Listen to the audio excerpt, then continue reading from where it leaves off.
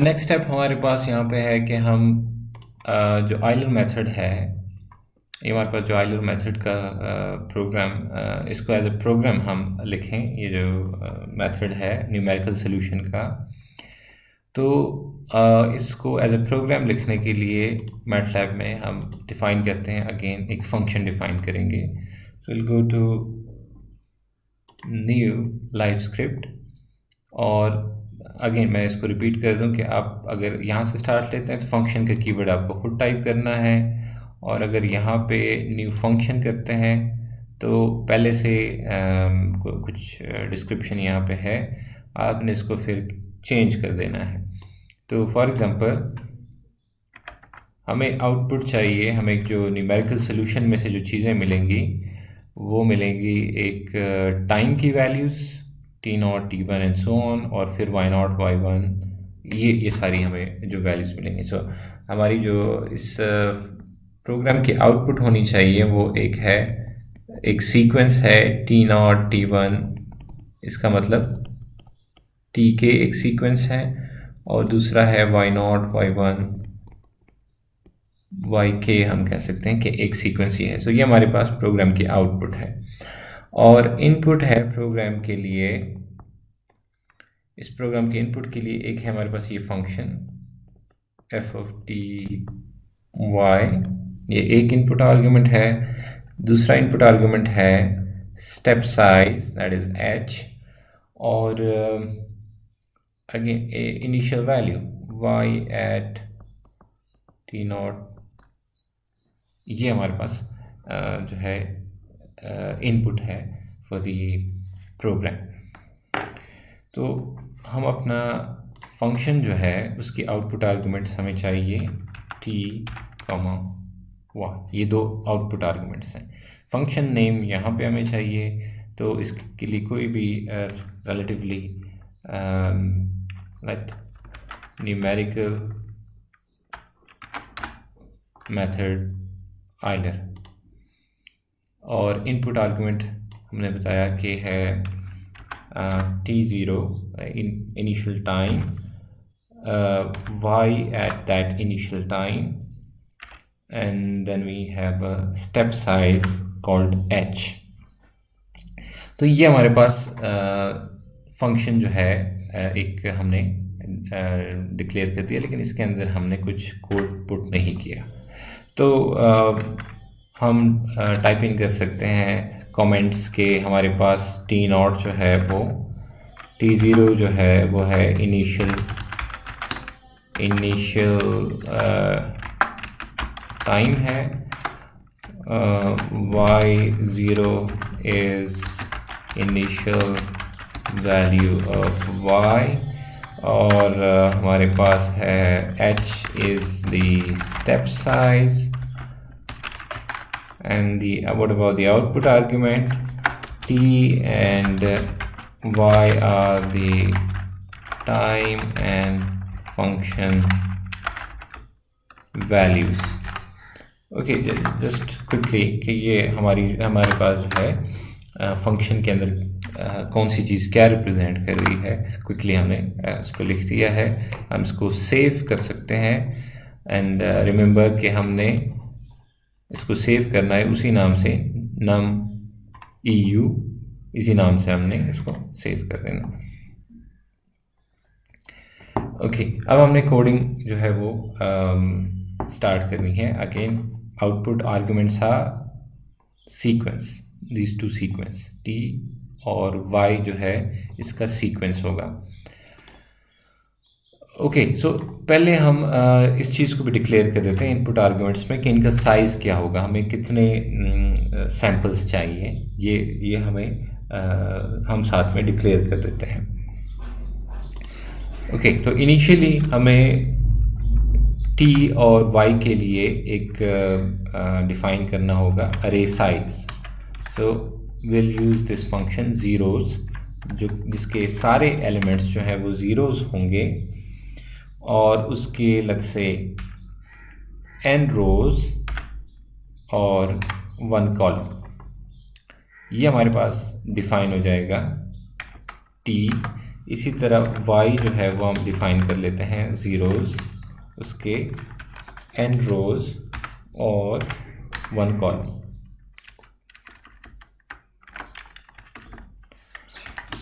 तो ये हमारे पास इनिशलाइज़ कर दिया हमने कि इसमें फिर अपडेट करेंगे हम आइलर मेथड के ज़रिए इनकी एंट्रीज़ को अपडेट करेंगे, इनकी वैल्यूज़ जो हमारे पास कंप्यूट होती जाएगी वो हम सब्स्टिट्यूट करते रहेंगे। लेकिन इनिशियली हमारे पास इस साइज़ का एक अरे होना चाहिए। ओके, अब इनिशियल वैल्यू जो है वो हम डिक्लेयर कर देते हैं कि जो t की पहली वैल्यू है, t at 1 जो है, उसकी जो फर्स्ट एंट्री है वो हमारे पास है t0, इस अरे की जो पहली वैल्यू है। इसी तरह y वाले अरे की जो पहली वैल्यू है वो हमारे पास है y0। पहली वैल्यू जो है वो इस अरे की हमें पता है, वो नोन है। पहली वैल्यू जो इनकी है वो हमें नोन है। ये दो वैल्यूज़ हमें नोन है, हमें बाकी का जो है वो फाइंड आउट करना होता है। तो उसके लिए आगे की वैल्यूज़ फाइंड करने के लिए हम यूज़ करेंगे एक जो न्यूमेरिकल मेथड है आइलर, इसका जो फॉर्मूला है उसको सिंपली हम ट्रांसलेट करेंगे इस कोड में। यहाँ पे मैं एक सैम्पल डिफरेंशियल इक्वेशन ले लेता हूँ ताकि इस चीज़ को में हमें आसानी हो। फॉर एग्जांपल इसको मैं ले लेता हूँ कि हमारे पास जो डिफरेंशियल इक्वेशन है फॉर इंस्टेंस वो है dy/dt equals to -2 times y। Let's say ये सिंपल सी इक्वेशन है। सो इसका मतलब है कि हमारे पास जो फंक्शन है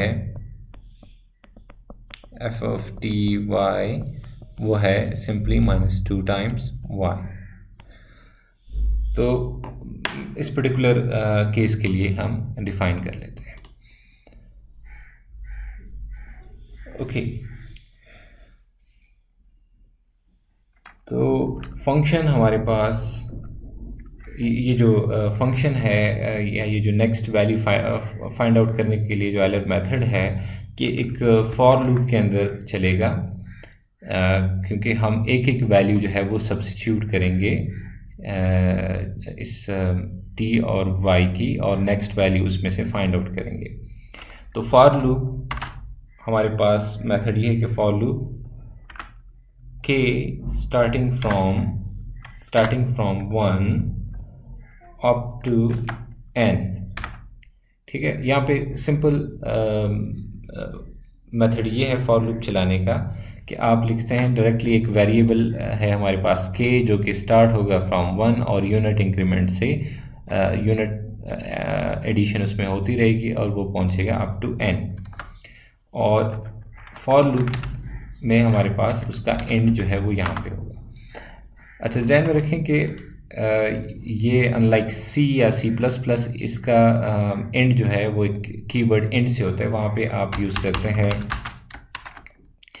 आप वहाँ पे करली ब्रैकेट्स यूज़ करते हैं to mark start and end. ठीक है, C में। लेकिन यहाँ पे आप जो है एंड का कीवर्ड यूज़ करते हैं। जिस तरह फंक्शन है उसका एंड, इसी तरह अगर इफ़ स्टेटमेंट हमारे पास आ जाती है, इफ़ एल्स, उसमें भी एंड का कीवर्ड आप जो है यूज़ करते हैं। और कॉलन ऑपरेटर की जो इंट्रोडक्शन है उसमें हमने ये चीज़ डिस्कस की कि ये स्टार्टिंग पॉइंट को रिप्रेजेंट करता है, यूनिट इंक्रीमेंट जब कॉलन है, और अप टू n। ओके, अब t का जो सीक्वेंस है वो सिंपली हम इस तरह से लिखते हैं कि it's t k+1 t k+1 is equals to t at k plus h। अब ये जो ब्रैकेट के अंदर हम इसको लिख रहे हैं, ये पार्ट जो है ये रिप्रेजेंट कर रहा है कि हम इसके डिफरेंट इंडेक्सेस को एक्सेस कर रहे हैं। तो पहला जो इंडेक्स है 1, उसके ऊपर हमने इनिशियल वैल्यू को प्लेस कर दिया है, इनिशियल वैल्यू t0 को, इनिशियल वैल्यू y0 को पुट कर दिया। अब हम जो नेक्स्ट वो है वो हम इंडेक्स को एक्सेस कर रहे हैं। सो जब k की वैल्यू 1 है तो यहाँ पे आप t2 को एक्सेस करें, t at 2 को एक्सेस कर रहे हैं, वो t at 1 की जो वैल्यू है उसमें h ऐड कर देगा तो वो नेक्स्ट वैल्यू जनरेट कर देगा। और जो दूसरी अरे है या सॉल्यूशन वाला जो है हमारे पास, that is y k+1, this is equals to, जो फंक्शन है हमारे पास,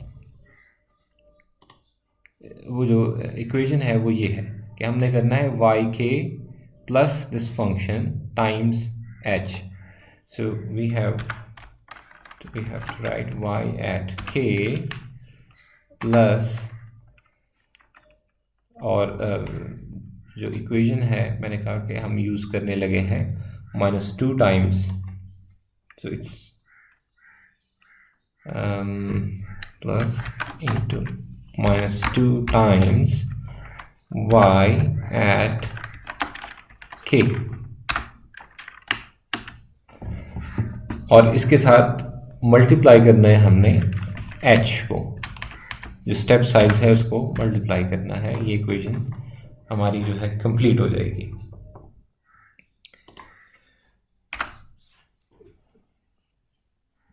तो इस प्रोग्राम का पर्पस जो है हमारे पास, इस फंक्शन का पर्पस जो है वो ये है कि हमने इसको एक डिफरेंशियल इक्वेशन बता दी है, और इस डिफरेंशियल इक्वेशन के लिए हमें ये अरे जनरेट करके देगा t और उसके y के।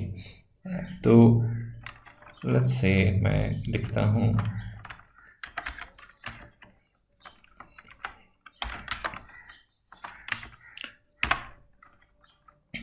न्यू EU, और इनपुट आर्गुमेंट्स जो इसको हमने फीड करनी है वो है initial value of time, let's say 0, उस पॉइंट के ऊपर y की जो वैल्यू है लेट्स से 5 है, नंबर ऑफ स्टेप साइज जो है लेट्स से वो है, स्टेप साइज लेट्स से 0.4, और हमारे पास जो नंबर ऑफ या साइज ऑफ अरे है कि कितने जो एलिमेंट्स हैं इस अरे के अंदर होने चाहिए, इसका साइज कितना होना चाहिए, फॉर एग्जांपल 5।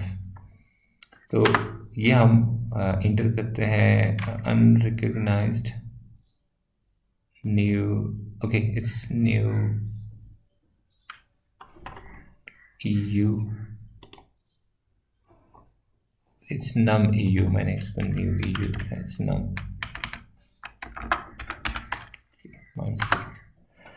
ओके। तो अब यहाँ पे देखें कि दो अरेज हमारे पास आ गई हैं, एक t की है और एक y की। तो ये दो अरेज हमारे पास जो है वो आ गई है।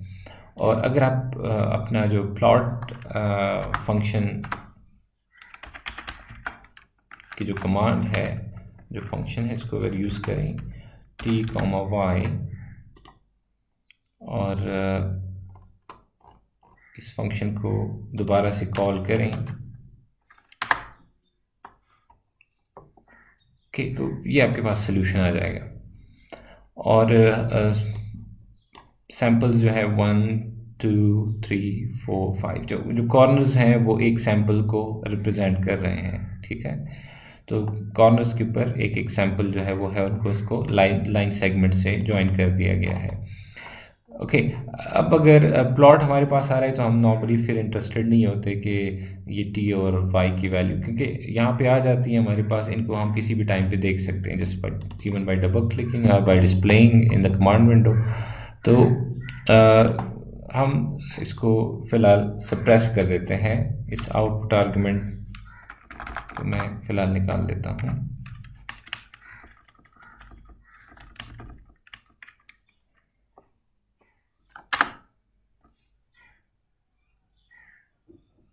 और अगर हम इसके एंड पे सेमीकोलन यूज़ करें तो इट्स कम्प्लीटली फाइन। ओके, अब अगर हम इस चीज़ को पैटर्न को देखना चाहें कि अगर स्टेप साइज़ को कम करते हैं, फॉर एग्जांपल 0.3 करते हैं, ओके, उसके लिए मैं एक चीज़ यहाँ पे ऐड कर देता हूँ, फंक्शन होल्ड ऑन का।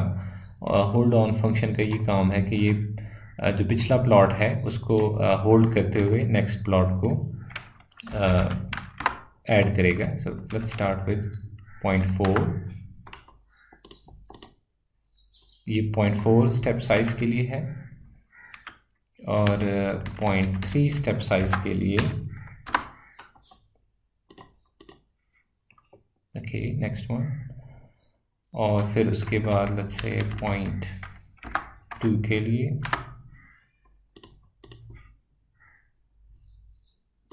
And then let's say 0.1।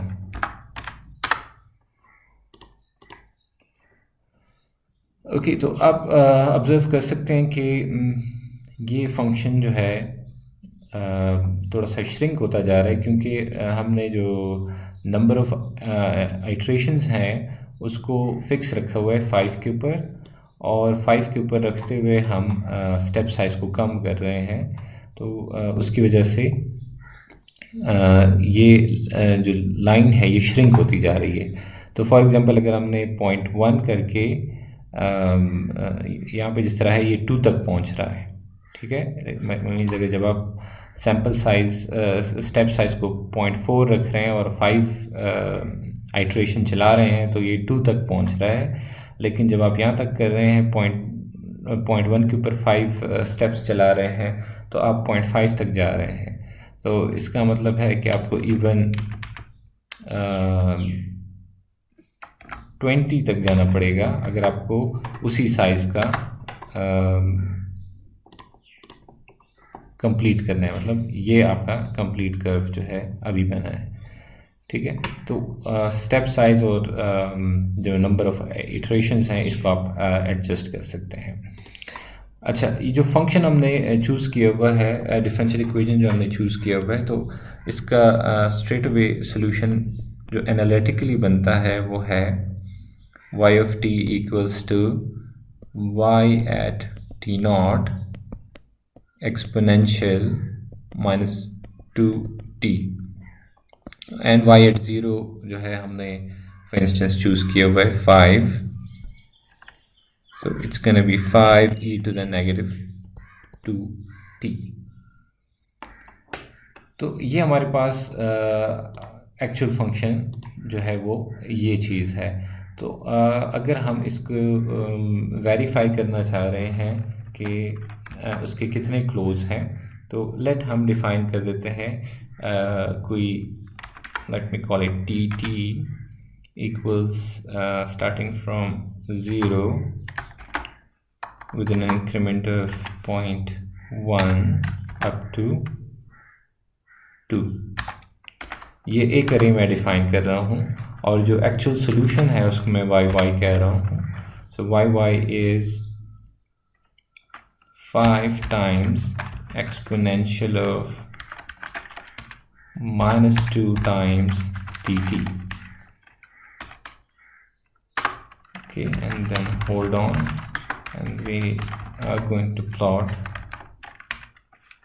dt comma yy. So अभी हमारे पास ये सारे जो है कर्व्स हैं। हमने स्टार्ट लिया था 0.4 से, फिर 0.3, 0.2, 0.1, और अब हम जो है एक्चुअल सोल्यूशन जो है उसको प्लॉट करने लगे हैं। सो ये हमारे पास है जो ब्लू में अभी हमारे पास आया है, ये वाला, ये हमारे पास है एक्चुअल सोल्यूशन, ये हमारे पास है एक्चुअल सोल्यूशन है। और ये अगर हम स्टेप साइज़ का रिलेशन देखें, स्टेप साइज़ का अगर हम रिलेशन देखें तो 0.1 का ज़्यादा क्लोज है, और अगर हम इवन इसको कम कर देते हैं, लेट्स हैव अ ट्राई, हम एक और प्लॉट बना लेते हैं जिसमें स्टेप साइज 0.05 है और लेट इसको हम 40 कर देते हैं और इसको एग्जीक्यूट करते हैं। तो अभी आपके पास ये जो कर्व आई है, ये कर्व है, ये न्यू कर्व है।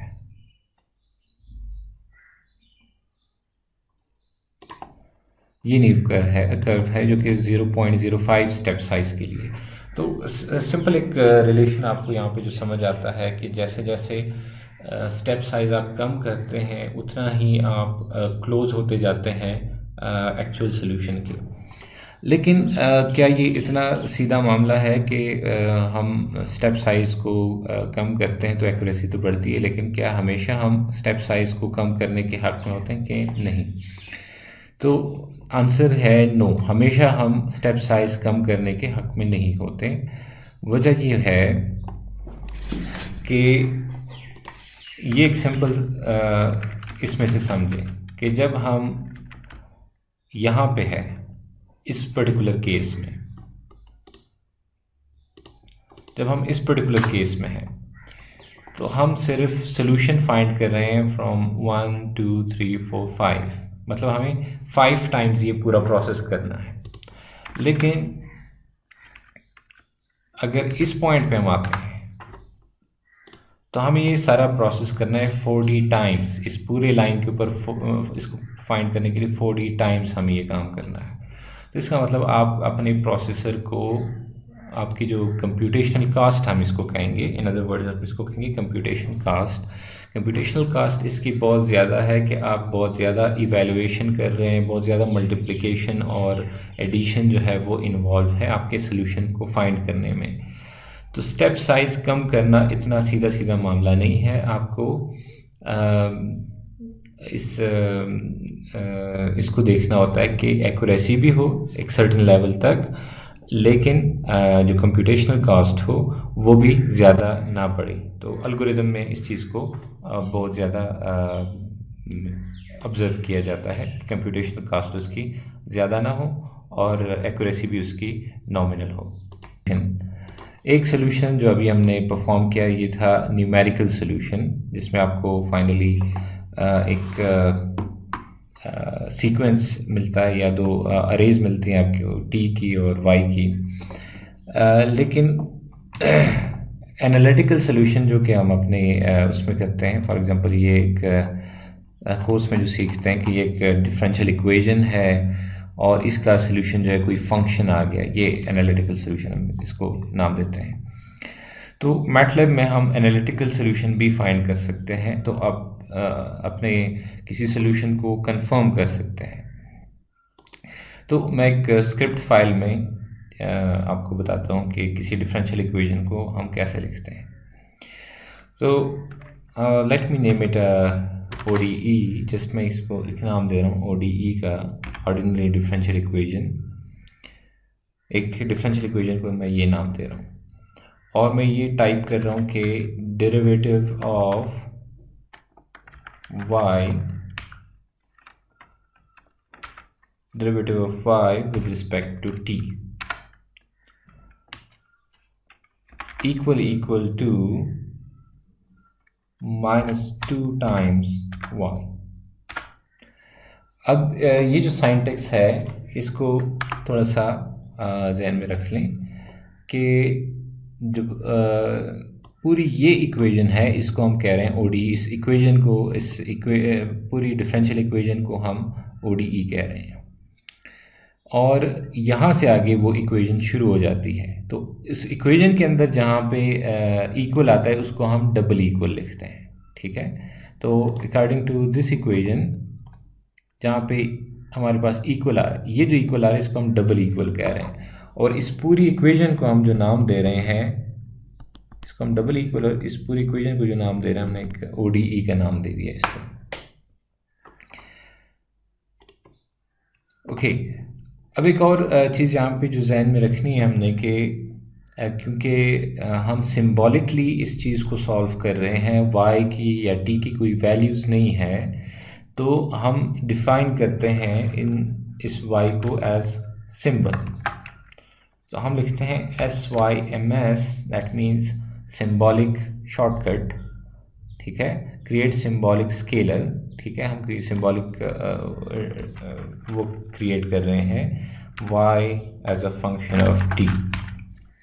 तो अगर ये चीज़ ना हो तो फिर नीचे जो भी ऑपरेशन है उसमें आपको बताएगा कि y क्या चीज़ है, y की कोई वैल्यू नहीं है, इस तरह के एरर आपके पास आते हैं। तो आप लिखते हैं कि y आप यहाँ से आगे एक वेरिएबल जो है वो डिक्लेयर कर रहे हैं। सो y is simply kind of variable here, symbolic variable. Okay, उसके बाद सोल्यूशन जो है सिंपली आपके पास कोई भी आप उसको डिफाइन कर देंगे। Let's solution is as a function of t is dsolve, ये फंक्शन है dsolve, और इनपुट आर्ग्यूमेंट इसका है ODE, ये जो डिफरेंशियल इक्वेशन हमारी है ODE, ये हम इसका ये एज ए इनपुट आर्ग्यूमेंट जो है ये हम फीड कर देते हैं। तो लेट मी जस्ट सेव और इसे सॉल्व DE, इस फंक्शन इस फाइल का मैं नाम रख रहा हूँ और मैं इसको अभी करता हूँ रन।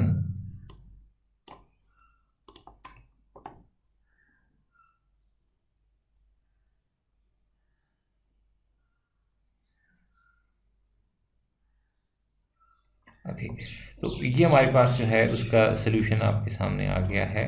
ये सलूशन बता रहा है कि sum constant, unknown constant time e to the negative 2t, ये जो है इसका सलूशन कुछ इस फॉर्म में है।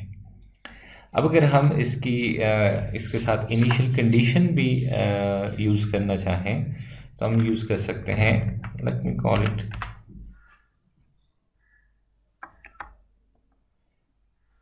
कॉन, और इस कंडीशन में हम लिख देते हैं कि y at 0 इक्वल टू 5। सो जिस तरह डिफरेंशियल इक्वेशन में ऊपर हमने जहाँ पे इक्वल आ रहा था उसको डबल इक्वल कर दिया, इसी तरह इनिशियल कंडीशन में भी डबल इक्वल, और यहाँ पे जो ODE है वो असल में रिप्रेजेंटेशन थी इस इक्वेशन की। इसी तरह कौन जो है वो रिप्रेजेंटेशन है इस इनिशियल कंडीशन की। तो अब अगर हम ये सोल्यूशन करते हैं find for the specified initial condition, तो हम लिखते हैं CON, मतलब the first input argument to the dsolve वो है डिफरेंशियल इक्वेशन, और जो सेकेंड इनपुट आर्गुमेंट है वो है हमारे पास इनिशियल कंडीशन। तो अब अगर हम इसको रन करते हैं तो आप देखें कि हमारे पास सोल्यूशन है 5e to the negative 2t, क्योंकि न सिर्फ सोल्यूशन बल्कि उसका जो इनिशियल वैल्यू है उसको भी सब्स्टिट्यूट करके जो अननोन कांस्टेंट की वैल्यू है वो फाइंड कर ली। और अगर आप इसको जेनेरिक लगता है, लेट्स से एक सिंबल हमने डिफाइन किया है y ऑफ t, दूसरा एक सिंबल डिफाइन कर लेते हैं, इसको मैं कह देता हूँ let's say some big G। तो ये हम लेट्स से डिफाइन कर रहे हैं, तो इस 5 की जगह मैं इस बिग G को यूज़ कर सकता हूँ फिर, और जहाँ जहाँ पे इनिशियल कंडीशन सब्स्टिट्यूट होगी उसकी जगह वो उस G को सब्स्टिट्यूट करेगा। Okay, let me give it a change कि इनिशियल कंडीशन हमारे पास सॉरी ये जो डिफरेंशियल इक्वेशन है लेट्स से इसमें कोई हम ऐड कर देते हैं एक नंबर, फोर्सिंग फंक्शन ऐड कर देते हैं और फिर से इसको रन करते हैं। सो यू कैन सी अब हमारे पास ये जो है डिफरेंशियल इक्वेशन का सलूशन। और इवन आप इस मैंने यहाँ पे 10 यूज़ कर दिया इसको, क्योंकि हम वहाँ पे b यूज़ करते थे, वो b हम यहाँ पे यूज़ कर सकते हैं to make it more generic. And you can see सिर्फ करना ये है कि जहाँ जहाँ पे आप एक वेरिएबल यूज़ कर रहे हैं उस मतलब नंबर को हटा के, तो उसको पहले सिंबॉलिक की लिस्ट में होना चाहिए। फॉर एग्जांपल अगर मैं इस 2 को भी किसी a से रिप्लेस कर देना चाहता हूँ, और लेट यहाँ पे क्योंकि उसकी कोई इंटीजर वैल्यू है, इसको मैं डिलीट कर देता हूँ फॉर इंस्टेंस कि वर्क स्पेस में कोई ए ना रहे। ओके, सो अब देखें, अनरिकग्नाइज्ड फंक्शन आर वेरिएबल ए। तो अगर ए की कहीं पे इधर वर्क स्पेस में वैल्यू होती तो ये वो वाली वैल्यू ऐड मतलब यहाँ पे यूज़ कर लेता, लेकिन क्योंकि नहीं है तो मैं इसको यहाँ पे सिंबॉलिक वेरिएबल्स की जो लिस्ट है उसमें मैं ए को भी यूज़ कर रहा हूँ। तो अब ये जो सोल्यूशन हमारे पास अभी फाइनली आया है, इस सोल्यूशन में हमारे पास it's in terms of A, B and G. G is the initial value of y, b is the forcing function, a is the that growth or decay rate।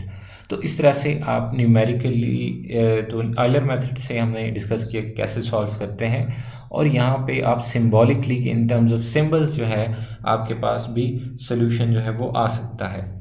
अच्छा, अब अगर आपके पास सोल्यूशन जो है वो आ जाता है तो ये नहीं कि ये आप इसको कन्वर्ट नहीं कर सकते न्यूमेरिकल रिज़ल्ट में, आप इसको ट्रांसलेट कर सकते हैं न्यूमेरिकल रिज़ल्ट्स में। आप इवन इसको यूज़ कर सकते हैं ये फंक्शन एफ प्लॉट, और आप प्लॉट कर सकते हैं सोल्यूशन जो आपके पास आया है, दैट इज़ सोल्यूशन, एंड जो इंटरवल है, let me start from 0 to 1 for instance, और आप इसको रन कर सकते हैं।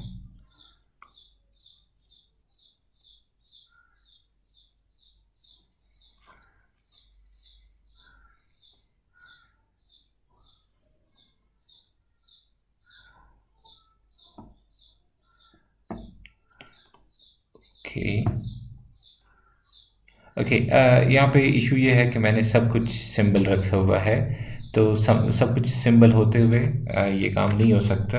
तो जब आप प्लॉट करेंगे तो एटलीस्ट तब आपके पास ये सब नंबर्स होने चाहिए।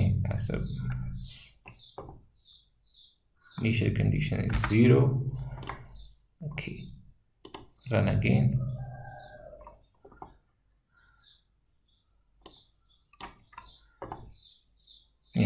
तो अब आप देख सकते हैं कि सोल्यूशन जो है वो ये है हमारे पास, 0 से स्टार्ट होके 5 तक। ये जो वैल्यू है ये अपर लिमिट है, तो आप यहाँ से चेंज कर सकते हैं। सोल्यूशन फंक्शन को हम प्लॉट कर रहे हैं फ्रॉम 0 to 2, ये एफ प्लॉट का जो फंक्शन है ये काम कर रहा है, तो इसको आप चेंज कर सकते हैं इस तरह से। अगर आपने इसको अरे की फॉर्म में बनाना है तो अरे के लिए आप एक अरे डिफाइन कर लें, फॉर एग्जांपल टी, और टी फॉर इंस्टेंस मैं यहाँ से अगर टी है तो उसको डिलीट कर देता हूँ ताकि ये कोई कंफ्यूजन ना हो। नहीं, टी दूसरा वाला है, इसको मैं टी एक्स कह देता हूँ for the sake of change. Okay, तो बाकी अगर मुझे इसको मैं टी ही रखता हूँ, starting from 0 with increment of 0.1 let's say up to 2, ये हमारे पास एक अरे हमने डिफाइन कर दिए। ओके, अब हमने अगर इस टी की वैल्यूज़ को सब्स्टिट्यूट करना है इस सिंबॉलिक फंक्शन में, क्योंकि एक सिंबॉलिक फंक्शन है सोल्यूशन, तो उसमें हमें एक फंक्शन यूज़ करना पड़ेगा सब्स्टिट्यूट फंक्शन जो है ये हमें यूज़ करना पड़ेगा। इसके इनपुट आर्गुमेंट में एक हमारे पास है सोल्यूशन, ये हम जो है इसमें सब्स्टिट्यूट कर सकते हैं इसमें वैल्यूज़, और इसको कोई डिफरेंट नाम आप दे सकते हैं, जस्ट कॉल इट पी। तो ये सब्स्टिट्यूशन जो है आप कर सकते हैं when it comes to symbolic.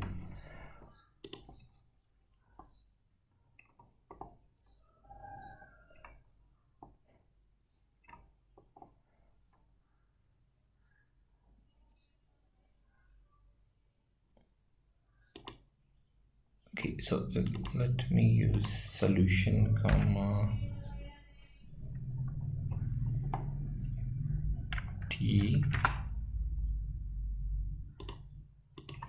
and let me run it again.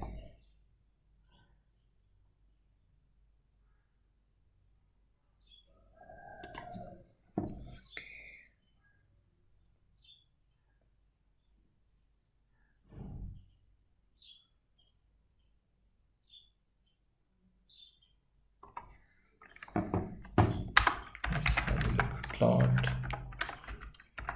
T, comma P. Let's see.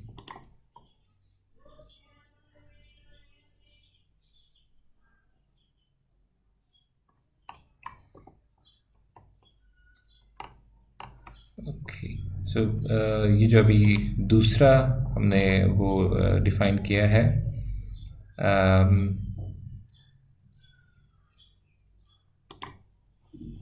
दूसरा फंक्शन प्लॉट जो है, एक प्लॉट तो पहले से है, दूसरा प्लॉट अभी हमने ये जो सब्स्टिट्यूट फंक्शन को यूज़ करके किया। मैं इसकी रेंज अगर चेंज कर दूँ ताकि ज़रा ये क्लियर हो कि कौन सा फंक्शन जो है किसकी वजह से आया है, कौन सा प्लॉट किसकी वजह से आया। सो ये वाला अगर आप देखें तो ये 3 तक है, फ्रॉम 0 to 3, जबकि ऊपर वाला 0 से 2 तक है, क्योंकि इसकी जो एफ प्लॉट है उसकी रेंज है 0 से 2 तक, लेकिन इसकी रेंज है 0 से 3 तक। सो ये नीचे वाला जो बना हुआ है ये because of this substitute function, और हमने सोल्यूशन के अंदर t की वैल्यू सब्स्टिट्यूट की, जिसे हमने p क्रिएट किया और फिर उसको प्लॉट किया t और p को। सब ये हमारे पास अरेज जो है वो न्यू अरेज जो है वो क्रिएट हो गई है। तो न्यूमेरिकली हमने डिस्कस किया किस तरह से सॉल्व कर सकते हैं, और अभी हमने ये सिंबॉलिकली आप अपना जो फंक्शन एनालिटिकल सोल्यूशन आप देखना चाहते हैं वो आप यहाँ पे देख सकते हैं, और अगर सिंबॉलिक सोल्यूशन आपके पास आ गया है फिर उसमें आप अपनी वैल्यूज़ जो है, अपनी मर्ज़ी की वैल्यूज़ जो है वो भी सब्स्टिट्यूट कर सकते हैं।